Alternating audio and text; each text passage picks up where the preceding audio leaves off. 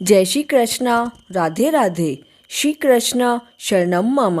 कार्तिक मास महात्म्य का दूसरा अध्याय।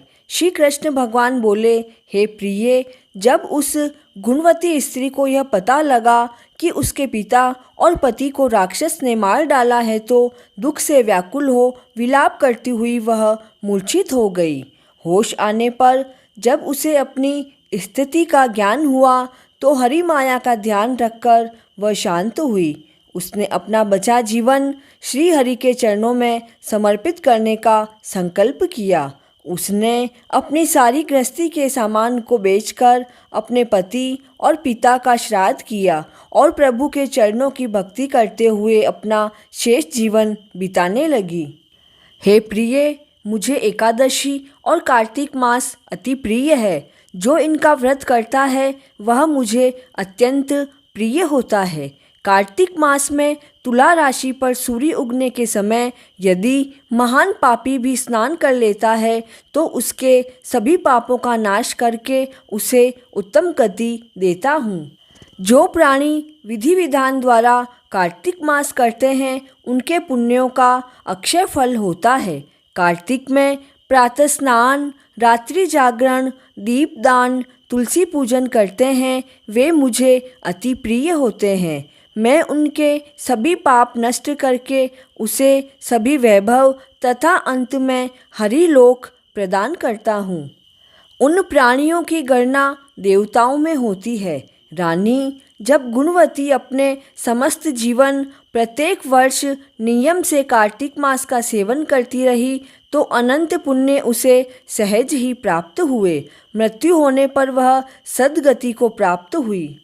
वृद्धावस्था में एक दिन बुखार से पीड़ित होने पर जब वह हरि पूजन के लिए गंगा जी में स्नान करने गई तो उसका शरीर कांपा और उसने प्राण गंगा के मध्य ही त्याग दिए। उसको लेने मेरे पार्षद आए। वह विमान में बैठकर मेरे लोक को आई और वहाँ सभी वैभवों का भोग किया जो कि देवताओं को भी दुर्लभ है। हे सुमुखे, जब पृथ्वी कंस जैसे राक्षसों के अत्याचार से त्रस्त हुई तो सभी देवता मेरे पास आकर विनती करने लगे। तब मैंने पृथ्वी पर अवतार लिया। मेरे सभी गण और लोकवासी भी पृथ्वी पर अवतरित हुए। यहाँ जो यादव हैं वे मेरे ही पार्षद हैं। देव शर्मा ब्राह्मण सत्रांजित और चक्र शर्मा अक्रूर के रूप में जन्मे। गुणवती ने तुम्हारे रूप में सत्यभामा नाम से अवतार लिया। तुम्हारा दिव्य रूप तुम्हारे तप के प्रभाव से है। तुमने अनन्य भाव से तुलसी की सेवा की है। इस कारण इस जन्म में तुम्हें कल्प वृक्ष जैसे दिव्य वृक्ष को पाने में सफल हुई हो। कार्तिक मास के दीपदान से सभी शक्तियाँ तुम्हें प्राप्त है। विष्णु भगवान की भक्ति के कारण तुम मेरी पत्नी बनी और मुझे सबसे प्रिय हुई हो। हे रानी, कार्तिक मास के अनंत फल को मैं कहाँ तक वर्णन करूं? यज्ञ, तप, दान आदि से जो फल मिलता है वह कार्तिक मास करने वाले फल के सामने कुछ भी नहीं है। कार्तिक मास का फल सर्वश्रेष्ठ है। जय श्री कृष्णा।